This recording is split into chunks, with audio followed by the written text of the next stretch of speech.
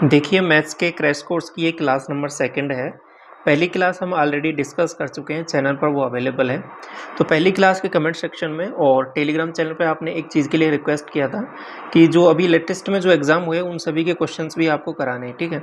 तो don't worry, उन सभी क्वेश्चंस को भी मैं आगे से यहाँ पे कवर कर लूँगा। तो इस क्लास में मैंने कवर कर लिए हैं कुछ क्वेश्चंस, और जो अपकमिंग क्लासेज होंगी उनमें जो लेटेस्ट क्वेश्चन जो पूछे गए हैं आपके एग्जाम्स में, CGL, CHSL, CPO सभी एग्जाम्स में, उन सभी को हम यहाँ पे कवर कर लेंगे, ठीक है। तो स्टार्ट करते हैं पहले सवाल से। तो जैसे कि अब देख पा रहे होगे यहाँ पे अभी लेटेस्ट में जो एग्ज़ाम हुई है उन सारे क्वेश्चंस आपको यहाँ पे देखने को मिल जाएंगे। पहला सवाल आपको बोल रहा है कि Ramesh spent 30,000 on Diwali shopping और 45,000 बाइंग ए टीवी सेट। रिमेनिंग जो 40% है ना टोटल अमाउंट का, he had a cash with him, what was the total amount. मतलब क्या है कि देखो टोटल उसने खर्चा कितना कर दिया आपको, कि 30,000 तो एक किया है उसने, दूसरा आपको के 45,000, तो टोटल आप हो गए 75,000 जो है ना वो उसका खर्चा हो गया है। अभी उसके पास जो पैसे बच रहे हैं वो कितना बच रहे हैं आपको, के 40% पैसे बच रहे हैं। मतलब 40% को आप ऐसे भी लिख सकते हो कि 40/100, या फिर इसको और सॉल्व करोगे तो 2/5। आप कहोगे कि 2/5 अभी भी उसके पास पैसा बचा हुआ है कैश में टोटल अमाउंट का। मतलब अगर मैंने टोटल अमाउंट 5 माना है तो उसका 2 यूनिट अभी भी बचा हुआ है। आप कहोगे कितना खर्च हो गया, आप कहोगे 3 यूनिट हमने खर्च कर दिया है। तो जो ये 75,000 है, 75,000 है, ये बेसिकली 3 यूनिट की वैल्यू है, क्योंकि सवाल में यही बोला है कि इतना और इतना खरीदने पर खर्च हो गए, शेष 40% उसके पास नगद के रूप में है। तो मतलब क्या हुआ कि 2/5 है ना, कि 5 का 2 हिस्सा आपके पास बचा हुआ है। जो खर्च कितना हो गया 3 हिस्सा, तो 3 हिस्सा क्या है 75,000 की वैल्यू है। आपको टोटल राशि बतानी है, टोटल कितना होगा आपको, कि 5 यूनिट होगा, तो 5 यूनिट की वैल्यू निकाल देनी है। बात समझ में आ गई? तो काट लो इसको, ये 25 बार कट जाएगा और 25 से मल्टीप्लाई किया 125। ऑप्शन नंबर आपका बी करेक्ट हो जाएगा यहाँ पे। क्लियर? आसान सा सवाल था, समझ में आ गया। आप इसको डायरेक्ट भी कर सकते थे, जैसे 75,000 यहाँ पे दे रखा है, फ्रैक्शन में नहीं बदल रहे आप इसको 40% को, आपको 40% को नहीं बदल रहे। आप कह दोगे कि ये जो है 60% कहीं ना कहीं, अगर 40% उसके पास बच रहा है तो 60% उसने खर्च किया होगा, तो ये जो वैल्यू है ये 60% की है, तो आपको 100% की वैल्यू निकालनी है। तो ये ऐसे भी कर सकते हो, फ्रैक्शन में नहीं बदला है, एक ही बात है। बात समझ में आई आपको ये वाला सवाल? सेकंड बोल रहा है कि दो संख्याएं हैं जो तीसरी संख्या से क्रमशः 10% और 25% अधिक हैं, तो उन संख्याओं का अनुपात बताना है। देखो 3 नंबर मैं ले रहा हूँ यहाँ पे, ये पहला नंबर हो जाएगा, ये दूसरा नंबर और ये तीसरा नंबर। जो तीसरी संख्या से है ना ये 10% और 25% ज़्यादा है। दो तरीके हैं, या तो आप इनको क्या कर लो कि परसेंट को फ्रैक्शन में बदल लो। और मैंने दो चीज़ें बताई थी आपको कि देखो ऐसा ज़रूरी नहीं कि हमेशा यहाँ पर चीज़ों को, परसेंट को हमेशा फ्रैक्शन में ही बदलोगे। कभी कभी सवाल को देखना पड़ेगा कि सवाल में परसेंट को फ्रैक्शन बदलने की आवश्यकता है, कहीं उससे ज़्यादा सवाल टफ तो नहीं हो रहा, तो वो भी मैटर करेगा। तो अब यहाँ पे देखो बेस अगर सेम ही है, तीसरी संख्या से मैं आपका कंपैरिजन कर रहा हूँ कि तीसरी संख्या से ये ऐसा ऐसा है, तो मान लो मैंने तीसरी संख्या को 100 मान लिया, तो तीसरी संख्या से पहली संख्या है वो कितनी है 10% ज़्यादा है। आपको 10% ज़्यादा मतलब 110 है। दूसरी संख्या कितनी है 25% ज़्यादा है, मतलब 125 है। तो ये तीनों संख्याएं आ गई क्या आपके पास? अब इन दोनों संख्याओं का अनुपात आपसे पूछ लिया है तो निकाल लोगे आप इजीली। कैसे? 5 से कट जाएगा ये 22 बार, और ये 5 से कट जाएगा आपके पास 25 बार, ठीक है। तो ऑप्शन नंबर ए आपका करेक्ट आंसर हो जाएगा। अभी मेंस में पूछ लिया आपसे ये वाला सवाल, आसान सवाल है, कोई दिक्कत तो नहीं है इसमें। अब आप कहोगे इसको फ्रैक्शन से भी कर सकते हैं क्या? हाँ, फ्रैक्शन से भी कर सकते हो आप। जैसे कि मैंने माना ये 1, 2 और ये 3 नंबर, तो आपको करना क्या पड़ेगा कि जो तीसरा नंबर है ना उसको देखना पड़ेगा कि उसका जो बेस है वो हमेशा सेम होना चाहिए। कैसे? देखो एक संख्या है 10% ज़्यादा, 10% ज़्यादा मतलब ये है 1/10, तो किसके रेस्पेक्ट में मैं बात कर रहा हूँ, आप कहोगे मैं बात कर रहा हूँ तीसरी संख्या के रेस्पेक्ट में। तो तीसरी संख्या के आसपास मुझे नंबर लिखने पड़ेंगे, मतलब मैं ऐसे लिखूंगा इनको, 3 बीच में आएगा, फिर 2 इधर और 1 इधर। अब ये क्यों लिख रहा हूँ, क्योंकि जो रिलेशन दे रखा है ना आपके पास वो हमेशा तीसरी संख्या से दे रखा है, तो जिससे रिलेशन दे रखा है उसके आसपास संख्या लिखूंगा मैं, ऐसा नहीं कि मैं उनको दूर दूर लिख दूंगा। अब पहली चीज़ बोलिए कि 10% ज़्यादा है पहली संख्या, तो 10% ज़्यादा है मतलब अगर ये 10 है तो दूसरी कितनी हो जाएगी, 11। ये बेसिकली नंबर है, ठीक है, पहला नंबर, दूसरा नंबर, तीसरा नंबर। अगली संख्या के लिए बोला है कि 25%, 25% का मतलब हो जाएगा 1/4। अगर तीसरी संख्या 4 है तो अगली संख्या कितनी हो जाएगी, आपको 5 हो जाएगी। ये बात समझ में आई। तो रेशो को मर्ज करने का तरीका मैंने आपको पहले ही बता रखा है कि पास वाली संख्या से वही चीज़ संख्या आपके पास में लिख दो आप, तो लिख दिया। अभी आपको जो बताना है वो बताना है दोनों संख्याओं का रेशो, मतलब इसका और इसका रेशो। देख लो यहाँ से कितना आ रहा है, 44, और यहाँ से आ रहा है आपके पास 50, और थोड़ा सा कुछ कट रहा है तो काट लो, आपको 22 और ये 25, आपको वही आंसर आ रहा है। ये तो ऑप्शन नंबर ए ही दोबारा। तो ऐसे भी कर सकते हो, दोनों तरीके हैं चीज़ों को देखने के, लेकिन आपको समझ में आना चाहिए कौन सा तरीका यहाँ पे कंपैरेटिवली थोड़ा फास्ट कर रहा है आपका सवाल। क्लियर। क्वेश्चन थर्ड बोल रहा है कि दो संख्या है तीसरी संख्या से 30% और 37% कम है, इस पर कम के बारे में बोल रहा है। तो दूसरी संख्या पहली संख्या से कितने प्रतिशत कम है, तो देखो वही चीज़ मैं लिखूंगा, ये फर्स्ट नंबर, ये सेकंड नंबर और ये थर्ड नंबर।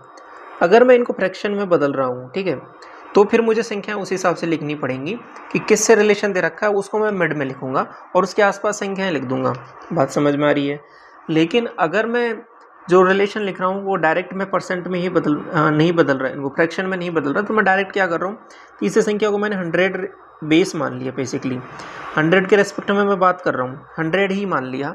तो अब निकालना थोड़ा सा आसान हो जाएगा आपके लिए। देखो पहली संख्या 30% कम है, तो आप कह दोगे पहली संख्या 70 हो जाएगी, दूसरी संख्या 37% कम है, आप क्या बोलोगे, आप कहोगे ये दूसरी संख्या 63 होगी कि नहीं होगी, आप कहोगे बिल्कुल होगी। दूसरी संख्या है वो पहली से कितनी कम है, आपको पता लग रहा है यहाँ पे सीधा सीधा कि कम तो है, कितनी कम है, आप कहोगे 7 कम है। किसके रेस्पेक्ट में कम है, 70 के रेस्पेक्ट में कम है, 7/70, आप कहोगे 1/10, 1/10 का मतलब 10%। अभी हम पढ़ के आए थे पिछली क्लास में, परसेंटेज से फ्रैक्शन और फ्रैक्शन से परसेंटेज। क्लियर। क्वेश्चन नंबर 4 देखिए, सिया जो है इन्वेस्ट करती है 1,53,000 रुपये, जो कि 30% है उसकी एनुअल इनकम का म्यूचुअल फंड में, ठीक है।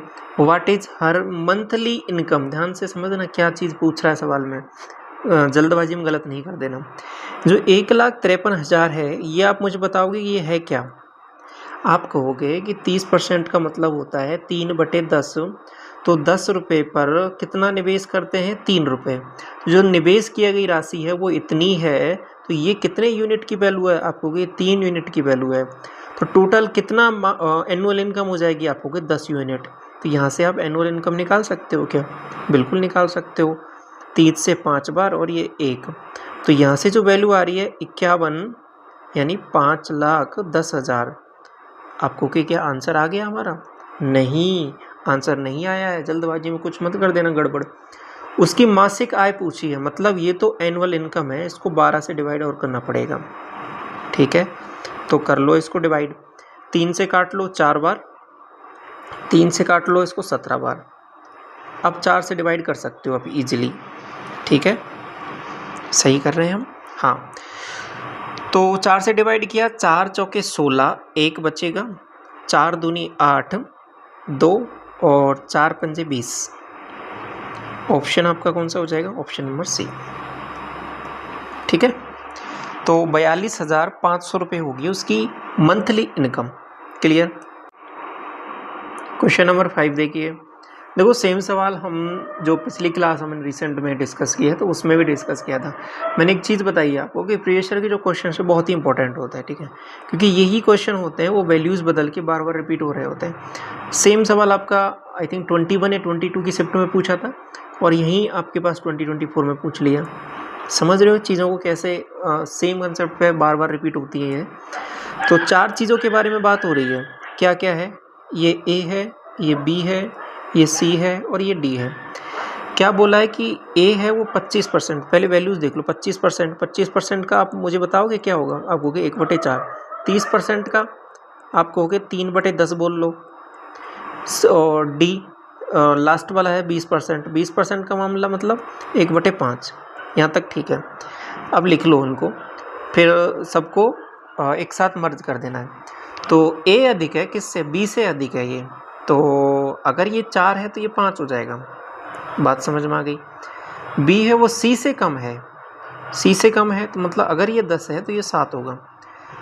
आगे बोला है कि सी है वो डी से अधिक है। अगर ये 5 है तो ये 6 हो जाएगा। इतनी बात समझ में आ गई? अब रेशो को क्लब करने के लिए, जोड़ने के लिए क्या करते हैं? पास वाली संख्या से लिख देते हैं। वही चीज़ यहाँ पे पुट कर देते हैं। 4 4 यहाँ जाएगा, यहाँ 10 हो जाएगा। यहाँ पास वाली संख्या 7 आ जाएगी, यहाँ 6 और ये 6 आ जाएगा। ए को और डी को देखना है तो केवल ए और डी को पकड़ो आप। कुछ कॉमन है तो उसको हटा दो पहले ही। अब ये कितना बन रहा है? 42 और ये कितना बन रहा है? 40। ए है, आपको दिख रहा है कि ए तो ज़्यादा है। कितना ज़्यादा है? आप कहोगे 2 ज़्यादा है। किससे ज़्यादा है? 40 से ज़्यादा है। काट लो। आप कहोगे 1/20। पढ़ के आए हो अभी आप। 1/20 क्या होता है? 5% होता है। सीधा सीधा आंसर आ रहा है आपका। सवाल अगला बोल रहा है आपसे कि यदि किसी भिन्न के अंश में 12% की वृद्धि की जाती है, उसके हर में यानी डिनोमिनेटर में 5% की कमी की जाए तो एक नया फ्रैक्शन आपको मिलता है। तो वो स्टार्टिंग में क्या था? देखो, आप किया करो क्या कि x और y मान लिया करो। ये आपके पास कोई फ्रैक्शन है। सवाल बोल रहा है कि किसी भिन्न के 12% की वृद्धि कर दो। 12% की वृद्धि का मतलब क्या होता है? आप मुझे बताओगे? आप कहोगे, देखो मैं पहले समझाने के लिए थोड़ा सा आपको पूरा लिख रहा हूँ, बाकी और थोड़ा सा शॉर्ट करेंगे इसको हम। 12% की वृद्धि मतलब इसका 12% निकालोगे तो आप सीधा सीधा बोल दोगे कि 0.12। बिल्कुल। 8% की कमी, 8% की कमी का मतलब क्या बोल दोगे? आप बोल दोगे क्या कि माइनस कर दो इसमें से सर। माइनस कितना? 0.08 y। ये आपके पास 16/17। इतनी बात समझ में आ गई? ठीक है, ये तो अभी समझाने के लिए। बाकी और शॉर्ट क्या करना है आपको? एग्जाम में डायरेक्ट ही करना है कि 12% की वृद्धि हो गई है, मतलब कोई स्टार्टिंग फ्रैक्शन था आपका x/y, 12% की वृद्धि हो गई है, मतलब क्या हो गया है? 100 के रेस्पेक्ट में देखना हमेशा। तो क्या हो गया है? 112 हो गया है। 8% की कमी हो गई है, आप कहोगे कि 92 हो गया है। आप कहोगे 100 कहाँ गया सर? 100 देखो ऐसे आएगा। आप ऊपर लिखोगे ना 112x/100 और बटे में लिखोगे 92/100 इंटू y, तो 100 से 100 कट जाएगा। तो वो चीज़ मैंने यहाँ पे लिखी नहीं है पहले ही। तो आपको डायरेक्ट क्या करना है? ये चीज़ करनी है, इन सब को हटाकर डायरेक्ट ऐसा कुछ कर देना है। बात समझ में आ गई? इतना करते ही आपके पास सवाल बन जाएगा आसान। अब हो जाएगा 16 और ये 17। ठीक है, कोई परेशानी नहीं है। ठीक, देखो क्या हो रहा है। आप कहोगे 16 से इसको मैंने काटा, 16 से 7 बार कट जाएगा और x/y की जो वैल्यू आ रही है वो आपके पास 92 डिवाइड बाई 119 बन रहा है। तो ये आपके पास स्टार्टिंग में आपने फ्रैक्शन माना था, तो आंसर आपका ऑप्शन नंबर ए हो जाएगा। क्लियर? अगला सवाल देखो, यदि किसी भिन्न के अंश में 140% की वृद्धि कर दें, ठीक है, और भिन्न के हर में इतने की कमी कर दें तो परिणामी भिन्न ये हो जाती है। आप मुझे बताओगे क्या होगा? आप कहोगे x/y। पहले कोई 100 थी, उसमें 140 की वृद्धि कर दी तो 240 हो गई क्या?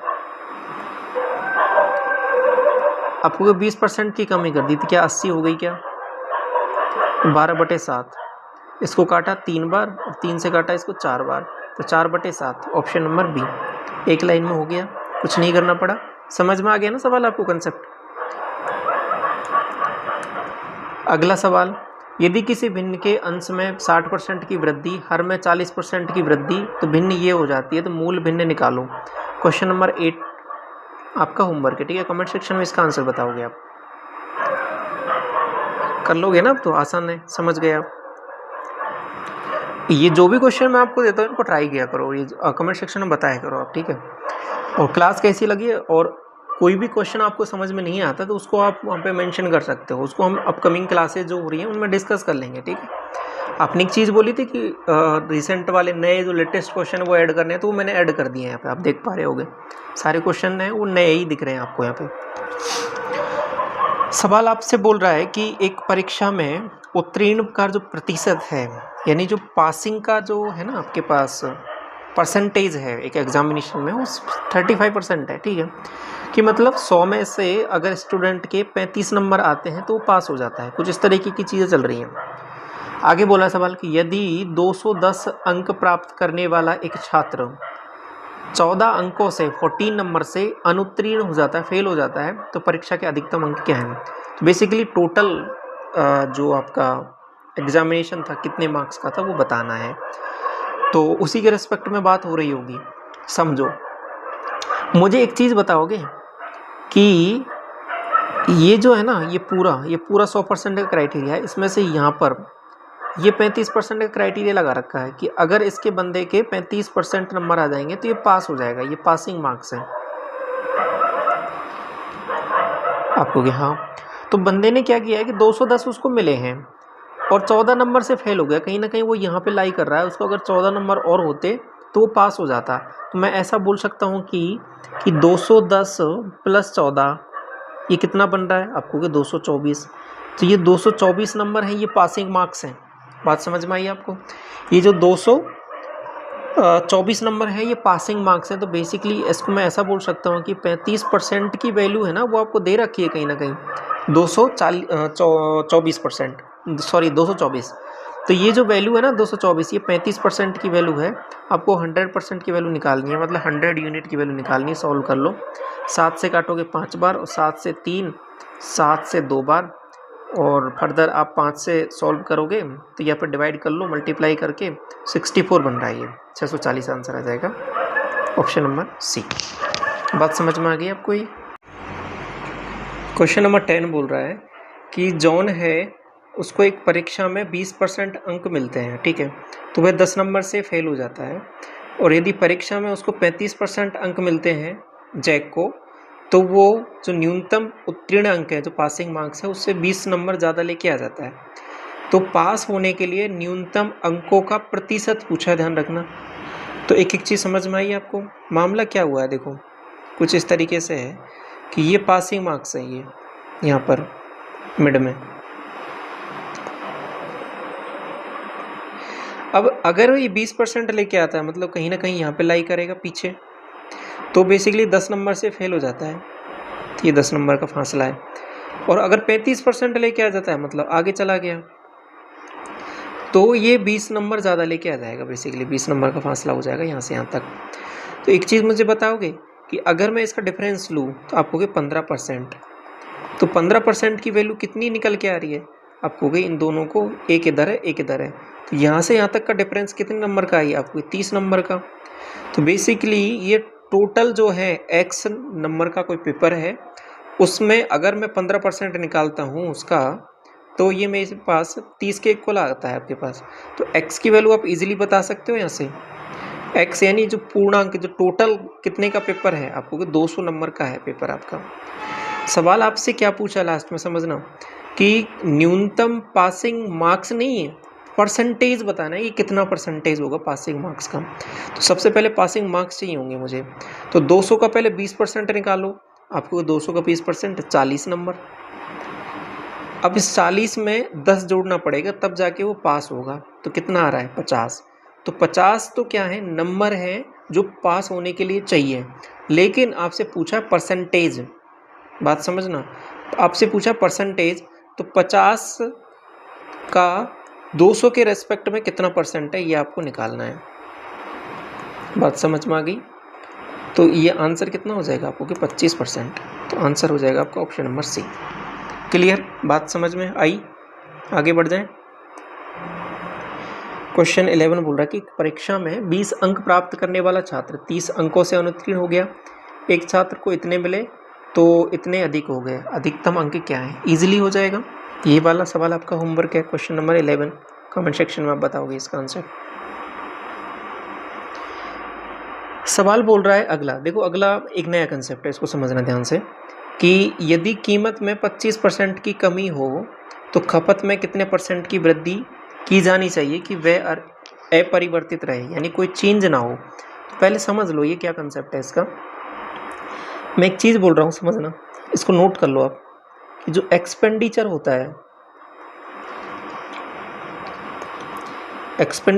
है यानी जो खर्चा है, ये बेसिकली इक्वल होता है किसके, प्राइस इनटू कंजम्पशन।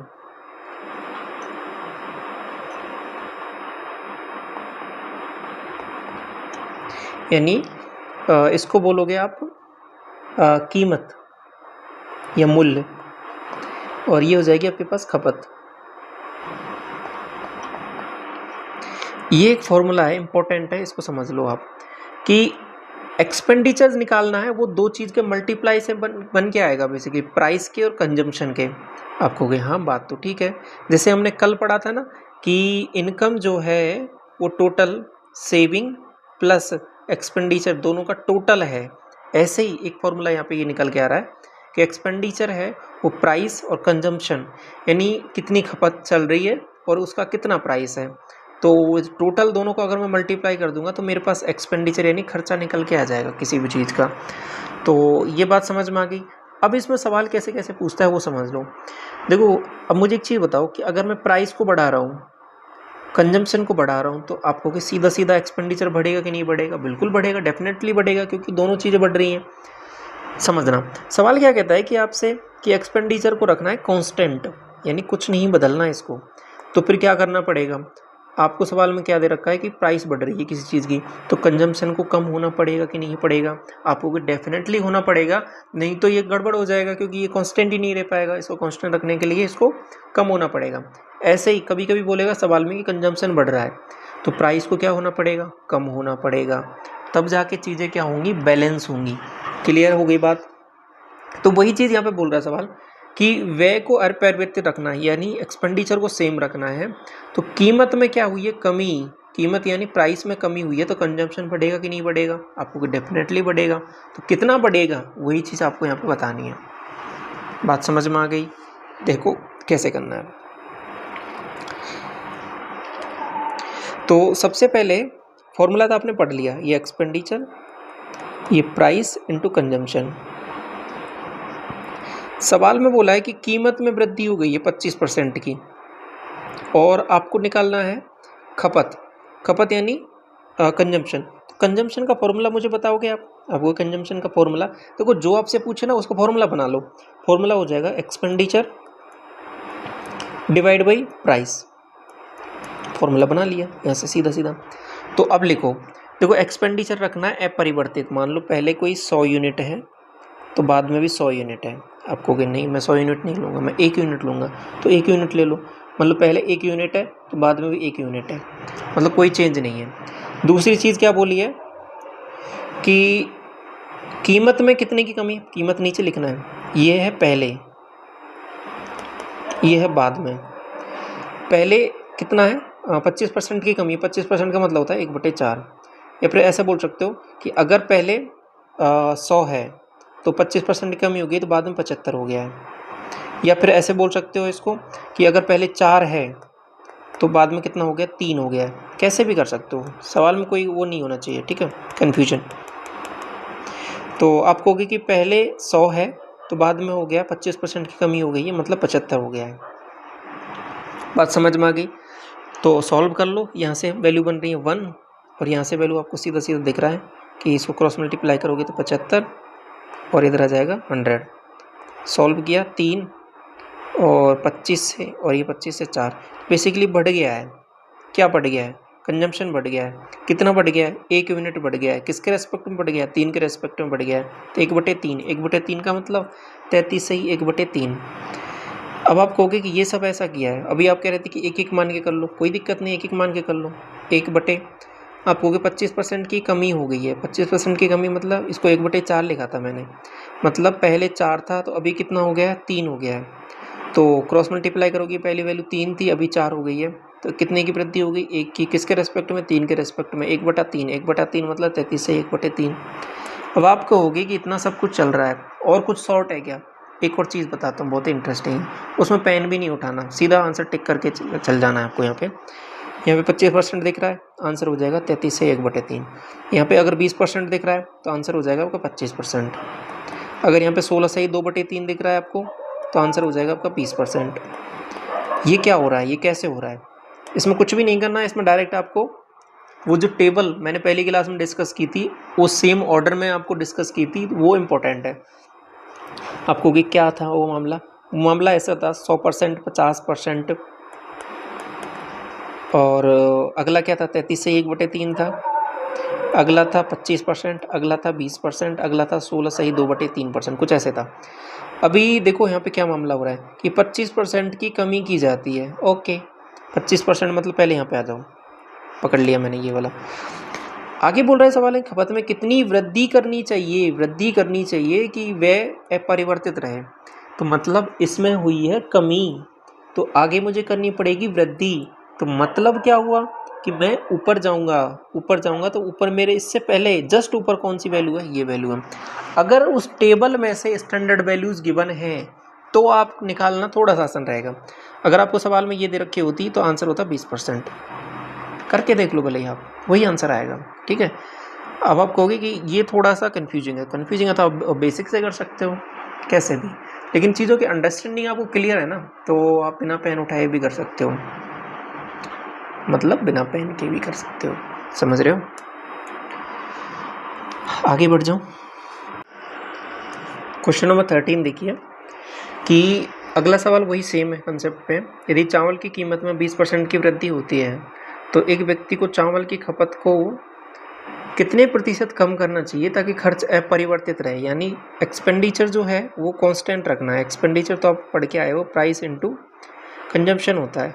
अब आप कहोगे कि बिना पेन चलाए वो वाला तरीके से आंसर क्या होगा वो बताओ आप हमें। देखो क्या होगा आंसर, समझ लो। 20% की वृद्धि हो रही है, ठीक है।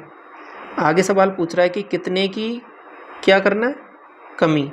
मतलब नीचे आ जाओ उस टेबल में, नीचे आओगे तो 20% से नीचे कौन सी टेबल थी? 16 से 2/3 था क्या? तो क्या हो जाएगा आपका आंसर? 16 से 2/3%। कहाँ है? कौन सा ऑप्शन है? Option number C. सॉल्व करके देखें क्या यही आंसर आ रहा है बिना पेन चलाए भी, तो पेन चला कर भी तो देखो क्या आ रहा है। आप कहोगे हाँ ऐसा कुछ बन रहा है, आपसे पूछा है खपत के बारे में, तो खपत का फॉर्मूला हो जाएगा एक्सपेंडिचर बटे प्राइस। तो आप कहोगे कि एक्सपेंडिचर सेम है, तो मतलब पहले भी 1 था बाद में भी 1 है। 20% की कमी नहीं, वृद्धि। 20% की वृद्धि, 20% मतलब 1/5, यानी पहले 5 था अभी 6 हो गया। बात समझ में आ गई? क्रॉस मल्टीप्लाई किया 6 5, कितने की कमी? आप कहोगे 1 की कमी। कितने पर? 6 पर। 1/6, 1/6 क्या होता है? 16 सही 2/3। क्या वही आंसर आ रहा है जो हमने पहले टिक किया था? हाँ बिल्कुल वही आ रहा है। ठीक है, अगला सवाल देखो। संपीड़ित प्राकृतिक गैस, ठीक है, का मूल्य प्रति लीटर 65% बढ़ जाता है। देखो अगर आपको कुछ स्टैंडर्ड वैल्यूज नहीं दे रखी है ना, जैसे उस टेबल में से 65% उसमें नहीं था, ऑब्वियस है नहीं था, तो आप बेसिक से ही करोगे उन सवालों को। ठीक है, इतना बढ़ जाता है तो मनीष क्या कहता है कि मनीष को सीएनजी का उपभोग कितने प्रतिशत कम करना चाहिए कि उसका व्यय ना बढ़े? वही सेम चीज़ है बेसिकली, कंजम्पशन और एक्सपेंडिचर उसी के बारे में बात हो रही है, प्राइस इनटू कंजम्पशन। आपसे बोल रहा है कि कितना उपभोग यानी कंजम्पशन के बारे में बात हो रही है, एक्सपेंडिचर डिवाइड बाई प्राइस, ये फॉर्मूला निकल के आ गया। यानी एक्सपेंडिचर को तो सेम रखना है 1 ये 65% बढ़ जाता है, यानी पहले 100 था तो बाद में 165 हो जाता है। सॉल्व करोगे क्रॉस मल्टीप्लाई, यानी पहले 165 थी कोई वैल्यू, अभी 100 हो गई। कितने की कमी हो गई? आपको हो गए कि 65 की कमी हो गई। किसके रेस्पेक्ट में कमी हो गई? 165 के रेस्पेक्ट में। 5 से काट लो इसको, आपको 13 बार। 5 से काट लो इसको, आपको हो गई, काटना तो पड़ेगा ही। 5 से 3 बार और 5 से 3 बार, ठीक है। तो 13/33, 13/33, हाँ, मल्टीप्लाई बाई 100। ठीक है, तो आंसर क्या आएगा? आपको कि 33 का लगभग 3 बार तो जा ही रहा है ना, तो 13 3 39 39 पॉइंट कुछ आएगा। क्या 45 आ सकता है क्या? नहीं नहीं नहीं नहीं, ये तो नहीं आएगा ना, ऑब्वियस सी बात है 45 तो नहीं आएगा। तो आंसर आपका हो जाएगा ऑप्शन नंबर ए। बात समझ में आई आपको? ठीक है ना। 4 तिया 12, 4 तिया 12 और 1 13, 1300, 4 तिया 12, 1320 ज़्यादा हो रहा है। हाँ ये तो नहीं होगा, ठीक है, ऑप्शन नंबर ए ही होगा आपका करेक्ट यहाँ पे। क्वेश्चन नंबर 15 बोल रहा है आपसे कि डीजल की कीमत में 26% की वृद्धि होती है, ठीक है। एक व्यक्ति को डीजल के व्यय को केवल 15% की वृद्धि करना चाहता है वो, तो खपत में कितना परसेंट? इस बार क्या कह रहा है ना, सवाल थोड़ा सा इंटरेस्टिंग है। पहले क्या कहता था कि कांस्टेंट रखना है, उसको कुछ चेंज नहीं करना, तो मैंने क्या करता था कि पहले 1 यूनिट माना तो बाद में भी 1 यूनिट, लेकिन इस बार कुछ चेंज है तो करेंगे। कीमत में ये है तो पहले था फॉर्मूला वही, एक्सपेंडिचर बराबर प्राइस इनटू कंजम्पशन। ओके, व्यय में 15% की वृद्धि करना चाहता है, मतलब पहले जो एक्सपेंडिचर है पहले 100 था तो अभी 15% की वृद्धि चाहता है, मतलब 115 चाहता है। यहाँ तक ठीक है। तो खपत को कितने प्रतिशत कम करना होगा? खपत यानी कंजम्पशन, कंजम्पशन का फॉर्मूला क्या है? एक्सपेंडिचर डिवाइड बाई प्राइस, ये वाला मामला है। तो एक्सपेंडिचर तो मैंने लिख दिया कि 100 से 115 हो गया। दूसरी चीज़ कि कीमत में भी वृद्धि हो रही है। कीमत में कितने की वृद्धि हो रही है? पहले बटे में प्राइस लिख रहा हूँ ना, 100 था, अभी कितना हो गया है वृद्धि? 126 हो गया है। बात समझ में आ गई? सॉल्व कर लो, ये तो कट जाएगा, क्रॉस मल्टीप्लाई करोगे तो इधर बन रहा है 126, इधर बन रहा है 115, मतलब पहले 126 था अभी 115 हो गया है। कितने की कमी हो गई है? आप कहोगे कि यहाँ से तो सीधा सीधा दिख रहा है हमको कि 11 की कमी हो गई है। किसके रेस्पेक्ट में कमी हो गई है? आप कहोगे 126 के रेस्पेक्ट में। मल्टीप्लाई करोगे 100 से तो ये बन रहा है आपके पास। थोड़ा सा और सॉल्व करें इसको, आप कहोगे हाँ कर लो इसको सॉल्व। तो बेसिकली इसको मैं क्या मान सकता हूँ, 125 12.5, तो ये 8 बार, ठीक है, 8 से बेसिकली थोड़ा सा कम आएगा, और 8 से मल्टीप्लाई करोगे तो ये लगभग 8.5 आंसर। ये अप्रोक्सीमेशन करके मैंने थोड़ा सा लिखा है इसको, ठीक है। बाकी पूरा सॉल्व कर सकते हो, इसको पूरा सॉल्व कर लो चाहे भले ही कि इतना आ रहा है नहीं आ रहा। तो कितनी बार दूँ मैं भाग इसमें? आप कहोगे 12 से 9 तो नहीं जा रहा, 9 बार जाएगा क्या? 9 6 54 और 12 108 113, नहीं नहीं नहीं, 8 बार जाएगा, ठीक है। तो 8 बार आपने जैसे भाग दिया तो ऑप्शन फिर भी आपको दिख गया एक ही डिजिट पे, तो 8 बार किया तो 48 4 96 और 400, ठीक है, इतनी बार ही जाएगा आपके पास। तो ऑप्शन नंबर आपका सी करेक्ट हो जाएगा यहाँ पे, ठीक। क्वेश्चन नंबर 16 बोल रहा है आपसे कि एक वस्तु की कीमत में 25% की कमी हुई, ठीक है, तो उसकी बिक्री में 75% की वृद्धि हुई, उसके राजस्व पर क्या प्रभाव पड़ा? देखो अभी हम जो डिस्कस कर रहे थे ना थोड़ी देर पहले, वो कर रहे थे एक्सपेंडिचर। देखो ये 2-3 कंसेप्ट हैं आपके पास, इनको अच्छे से समझ लो। एक हमने डिस्कस किया था सेविंग प्लस एक्सपेंडिचर बराबर इनकम वाला। एक अभी डिस्कस करके आए हैं, एक्सपेंडिचर जो होता है वो आपके पास होता है प्राइस इनटू कंजम्पशन। एक और कंसेप्ट होता है वो होता है आपका रेवेन्यू से रिलेटेड, कि जो रेवेन्यू होता है ना किसी भी चीज़ का, जिसको मैं बोलता हूँ राजस्व, वो है वो आपके पास 2 चीज़ पर डिपेंड करता है। किस किस पे? कि आपके पास उसकी प्राइस क्या है, आपको भी ठीक है, और उसकी बिक्री कितनी हुई है, यानी सेल कितनी हुई है। ये तीनों कंसेप्ट हैं, ये अलग अलग हैं, ध्यान रखना ये तीनों अलग अलग हैं। कंसेप्ट आपको क्लियर होना चाहिए कि कौन सा सवाल कैसा है, किसके बारे में पूछ रहा है। ये वाला कंसेप्ट हमने कल की क्लास में डिस्कस किया था, ये वाला कंसेप्ट अभी हमने हाल ही में डिस्कस करके आए हैं। अगला कंसेप्ट है वो ये वाला है, राजस्व वाला, रेवेन्यू वाला। ये बोल रहा है आपसे कि रेवेन्यू पर क्या प्रभाव पड़ेगा। तो रेवेन्यू होता क्या है? प्राइस और सेल। मतलब सिंपल सी बात है, आपके पास एक दुकान है, ठीक है, मान लो कपड़े की दुकान है आपके पास, और आपने एक शर्ट की जो है उसका प्राइस फिक्स कर रखा है 500 रुपये, ठीक है, और आप बेचते हो मान लो दिन के 10 शर्ट बेचते हो, ठीक है, तो 500 इंटू 10 करोगे तो 5000 आपके पास क्या आ जाएगी? सेल उसकी रेवेन्यू हो जाएगा कि नहीं जनरेट हो जाएगा? बिल्कुल हो जाएगा, क्योंकि सेल कितनी हुई है आपको, क्योंकि 10 शर्ट की सेल हुई है। क्या प्राइस था उनका, आपको कि 500 रुपये पर शर्ट था, तो टोटल कितने की कमाई हो गई आपके पास, कितने का रेवेन्यू आपने जनरेट कर लिया, आपको कि 500 × 10 बराबर 5000। बात समझ में आ गई आपको मोटा मोटा। तो वही चीज़ यहाँ पे बोल रहा है कि कीमत में इतने की कमी हुई है, बिक्री ये है, तो कीमत और बिक्री दोनों को मल्टीप्लाई करूँगा तो मेरे पास रेवेन्यू आ जाएगा। ओके, समझ गए आप। तो रेवेन्यू बराबर प्राइस इनटू सेल, ये मैंने लिख दिया। तो अब बोल रहा है सवाल कि कीमत में 25% की कमी, इसमें 25% की कमी और बिक्री में 75% की वृद्धि।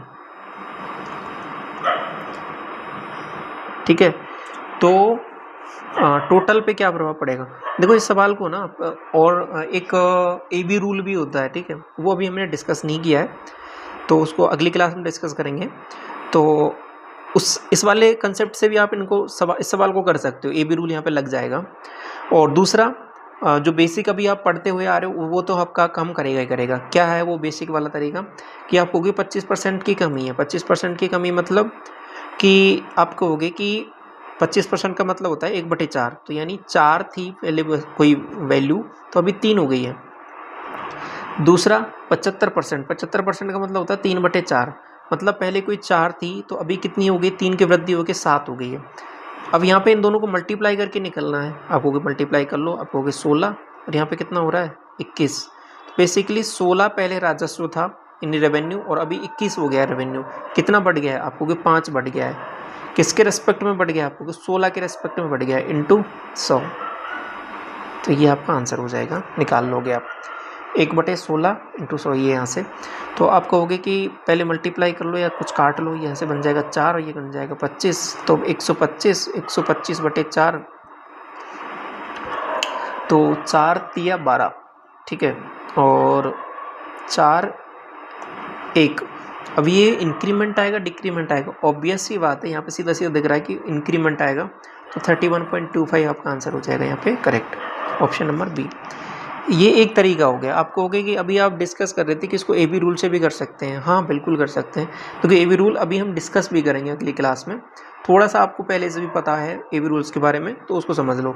उसमें फॉर्मूला क्या है कि plus minus AB plus minus A plus minus B plus minus AB/100। अब यहाँ पे देखो एक वैल्यू प्लस में पॉजिटिव 75, माइनस दूसरी वैल्यू माइनस, और दोनों का मल्टीप्लाई करूँगा तो माइनस ही आएगा मेरे पास, 25 × 75/100। तो यहाँ से निकाला आपको कि यहाँ से जो वैल्यू आ रही है आपके पास वो आ रही है 50। यहाँ पे आगे फर्दर सॉल्व किया 25 से, इसको कहोगे 4 और इसमें डिवाइड किया, आपको हो गए पहले 37, ठीक है, 37 मतलब 37.5, 37.5 का मतलब और हाफ करोगे इसका तो कितना बनेगा, आप कहोगे 18 बन रहा है क्या, कुछ 18.75 बनेगा क्या, 1836, हाँ बिल्कुल यही बन जाएगा। तो माइनस करोगे इसमें से, तो आप कहोगे 18 माइनस किया तो 31, ओके 31.25 बन रहा है ना, प्लस की वैल्यू आ रही है, तो ऑप्शन नंबर बी करेक्ट हो जाएगा। तो AB रूल भी काम करेगा, क्योंकि AB रूल हमेशा वहाँ पे काम करेगा जहाँ पे दो चीज़ें मल्टीप्लाई में दे रखी हो ना इस तरीके से, तो वो AB रूल हमेशा आपका वहाँ काम कर जाएगा। ये मैं जब AB रूल हम कल की क्लास में डिस्कस करेंगे अपकमिंग में, तो उसमें और अच्छे से समझाऊंगा ये वाला कंसेप्ट, डोंट वरी। अभी ये इसको बेसिक से कैसे करना था वो वाला कंसेप्ट आपको समझ में आ गया है इसका, और ये कौन सा फॉर्मूला है राजस्व का, रेवेन्यू का कैसे होता है वो आप समझ गए। यहाँ पे सवाल अगला बोल रहा है आपसे कि किसी वस्तु की कीमत में 28% की वृद्धि हो और इसके खर्च में केवल 12% की हो, तो इसके खपत में क्या होगा। ये सवाल आप कर लोगे, क्वेश्चन नंबर 17, ये आपका होमवर्क हो जाएगा। कमेंट सेक्शन में आप बताओगे इसका आंसर। तो 3 क्वेश्चन मैंने आपको दिए हैं, ठीक है, ध्यान रखना अभी इनका एक एक का आंसर चाहिए मुझे आपसे। क्वेश्चन नंबर 18 देखिए, मेंस में पूछा ये वाला सवाल आपसे, क्या बोल रहा है, यदि किसी वस्तु के मूल्य में 20% की कमी हो, ध्यान रखना, और उसकी बिक्री में इतने की वृद्धि हो, तो राजस्व में इतने की वृद्धि हो, तो एक्स की वैल्यू बता दो। आपसे वही सेम रेवेन्यू वाला सवाल पूछ लिया। रेवेन्यू होता है आपके पास प्राइस इनटू सेल, आपको ओके। तो रेवेन्यू के बारे में बोला है कि यहाँ पे 25% का इंक्रीमेंट है, और यहाँ पे बोलिए कि इसके प्राइस में है 20% का डिक्रीमेंट। 20% की कमी, तो सेल का बताना है। ए बी रूल काम कर सकता है, आप इसको एक्स मानोगे फिर करोगे, थोड़ा सा क्या है, कैलकुलेशन बढ़ जाएगी। और सारे तरीके, कौन सा तरीका लगाएं जिससे थोड़ा सा आसान हो जाए? और भी तरीके मैंने बहुत सारे सीख रखे हैं, क्या करोगे बताओ। देखो, आप कहोगे कि मैंने माना पहले कि रेवेन्यू, इसका फॉर्मूला निकालूंगा मैं, तो क्या हो जाएगा कि सेल का फॉर्मूला आ जाएगा रेवेन्यू बटे प्राइस। ओके, तो फॉर्मूला वही लिख रहा हूँ कि पहले रेवेन्यू कितना था, आप कहोगे 100, बाद में कितना हो गया कि इंक्रीमेंट हो गया 25 का, तो 125 हो गया, बटे प्राइस लिखना है। प्राइस के लिए एक चीज़ बोलिए कि कमी हुई है, पहले क्या था, आप कहोगे 100, कमी हो गई कितने की, 20 की, कितनी हो गई, आप कहोगे 80, यहाँ से कट जाएगा, आप कहोगे तो यहाँ पे ओवरऑल वैल्यू क्या हो रही है कि 80 से बेसिकली 125 हो गया है, या फिर यहाँ से भी देख सकते हो इसको, 80 से 125 हो गया है। तो कितने की बढ़त हुई है, आपको कहीं दिख तो रहा है बढ़त, हमको कितने की दिख रही है, 45 की, किसके रेस्पेक्ट में, 80 के रेस्पेक्ट में, इंटू 100, जीरो से एक जीरो काट दिया आपने। और थोड़ा सा सॉल्व किया इसको, आप कहोगे 5 बार, या फिर डायरेक्ट ही कर सकते हो यहाँ पे सॉल्व, आप कहोगे कि 450 बटे 8 डिवाइड कर लो, 8 से ये जाएगा आपके पास 5 बार 40, ठीक है, 5 6 बार जाएगा 48, 2 बचेगा, 8 दूनी 16 और 4 बचेगा 40, 56.25, ऑप्शन नंबर सी करेक्ट हो जाएगा। ठीक है, तो ये वाला तरीका समझ में आया आपको। 19 बोल रहा है कि एक कक्षा में लड़कों और लड़कियों का जो अनुपात है वो 11 और 9 का है। 30% लड़के 20% लड़कियां एक परीक्षा में उत्तीर्ण की, तो परीक्षा में उत्तीर्ण करने वाले छात्रों का प्रतिशत। देखो कैसे कर सकते हो कि आपको एक चीज़ देखो, एक बेसिक से अगर जाओगे कि ये 11 है और 9 है, मैंने क्या मान लिया, इसको 1100 मान लिया, इसको 900 मान लिया, क्योंकि अगर रेशियो ही दे रखा है तो कुछ भी मान सकता हूँ, मेरी अपनी सहूलियत के हिसाब से, मेरे को सवाल को आसान करना है, तो कुछ फ़र्क नहीं पड़ेगा। मैंने क्या कहा कि 30% लड़के और 20% लड़कियाँ, इसका 30% निकालूंगा, आप कहोगे निकाल लो, 30% इसका निकालोगे तो बेसिकली वैल्यू आएगी 30 से मल्टीप्लाई कर दो, आप कहोगे 30 से मल्टीप्लाई किया तो 330 आ रहा है, 20% निकालूंगा, आप कहोगे कर दो, तो ये कितना आ रहा है, 180 आ रहा है, यहाँ तक ठीक है। ये बेसिकली पास वाले हैं, ये पास वाले हैं, तो पास हो रहे हैं तो ऐड कर दो इन दोनों को, आप कहोगे 0, 8 3 11, 3 4 5, 510, ये पास हुए हैं। तो आपसे पूछा गया सवाल में कि पास होने वालों का ही प्रतिशत बताना है, किसके रेस्पेक्ट में हुए हैं, आप कहोगे 2000 के रेस्पेक्ट में 510 लोग हैं वो पास हो गए, इंटू 100, 2 जीरो से 2 जीरो, 1 जीरो से 1 जीरो डिवाइड किया, आप कहोगे 25.5 आंसर आ जाएगा। तो कितना आसान हो गया, कोई परेशानी नहीं हुई है। आपको कोई और तरीका है, मैं कहूँगा एक मिक्सचर एलिगेशन भी है, उससे भी कर सकते हो। कैसे करोगे आप उससे, देखो सबसे पहले देखो यहाँ पे ये 30% मैंने लिखा बॉयज़, और ये गर्ल्स है आपके पास 20%। इनकी जो नंबर्स हैं वो 11 और 9 हैं, मिड वाली वैल्यूज देखनी है। इन दोनों का क्या डिफरेंस 10, इन दोनों का टोटल यानी 20, 20 की वैल्यू है 10, एक यूनिट की वैल्यू आप कहोगे मैं निकालता हूँ तो 1/2 आ रही है, आधा आ रही है बेसिकली, तो इसकी वैल्यू कितनी आ जाएगी निकल के, आप कहोगे 9 का मतलब 4.5 आ रहा है, तो इसमें से ये माइनस होके आएगी ये वाली वैल्यू, आपको कि सीधा सीधा दिख रहा है 25.5 होगा आंसर, ऑप्शन नंबर डी। ठीक है, तो ये भी एक तरीका है, मिक्सचर एलिगेशन से भी सोच सकते हो इस सवालों को।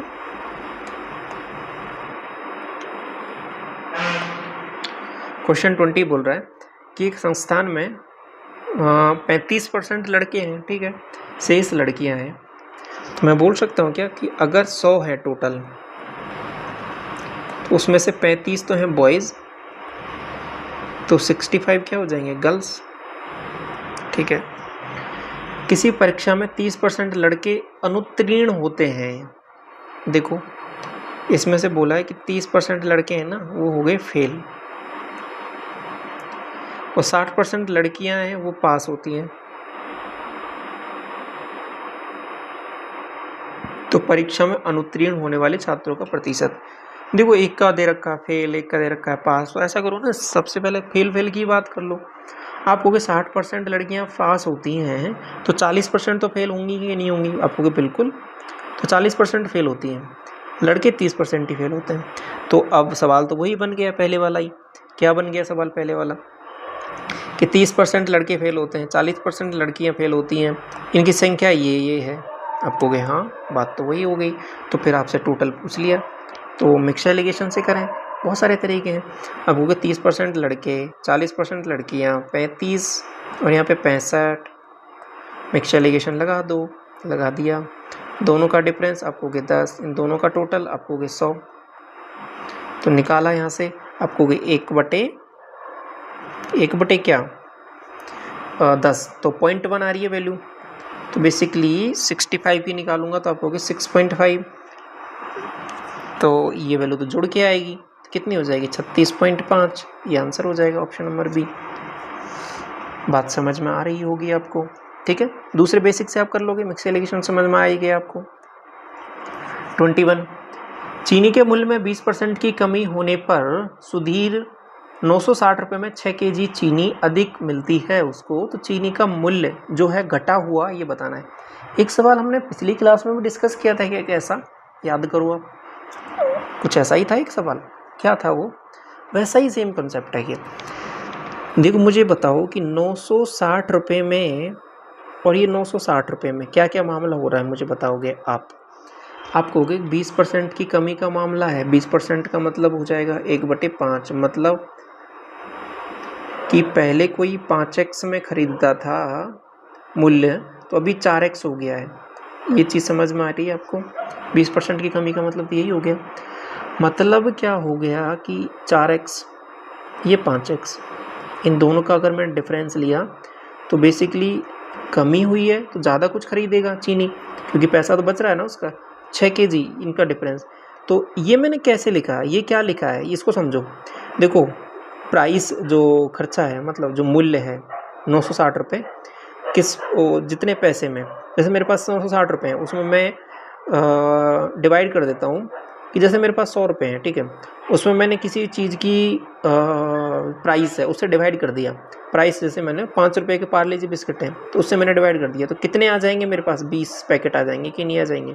तो वही चीज़ मैं बोल रहा हूँ यहाँ पे कि 960 रुपये मेरे पास टोटल है, उसमें से मैंने उसके प्राइस से डिवाइड कर दिया, तो बेसिकली मेरे पास क्वांटिटी आ जाएगी नहीं आ जाएगी, आप कहोगे हाँ। तो क्वांटिटी का डिफरेंस मैंने यहाँ पे लिया है कि पहले अभी 4x से मैं डिवाइड कर रहा हूँ, बाद में 5x से कर रहा हूँ, तो इन दोनों का डिफरेंस ही तो मेरे पास कहीं ना कहीं 6 kg है। ये मैंने क्या लिख दिया और कैसे लिख दिया, ये चीज़ें समझ में आई कि नहीं आई आपको, मुझे ये बता दो बस। तो अब इतना लिख दिया है ना, फिर उसके बाद में कोई दिक्कत नहीं है, सवाल तो हो गया बस सॉल्व। और आपको निकालना क्या है, चीनी का घटा हुआ मूल्य, मतलब 4x की वैल्यू निकालनी है। तो यहाँ पे एलसीएम आ जाएगा आपके पास 4x × 5, यह 20x लिख सकते हो, मैं ऐसे ही लिखूँगा 4 × 5 × x, इस तरीके से। तो डिवाइड किया, आपको हो गया यहाँ पे 960 तो कॉमन ही आ रहा है तो इसको लिख लो, आपको हो गया 5 - 4, हमेशा ऐसा ही आएगा, ये 1 हो जाएगा, यहाँ पे 6।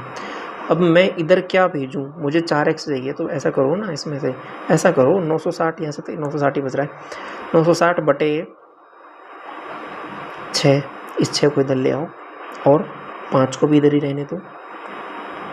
ऐसा करो 4x को उधर ले जाओ, तो ये आंसर आ गया आपका। देखो ये 30, 0 और ये 32 आंसर हो जाएगा ऑप्शन नंबर ए। बात समझ में आई आपको?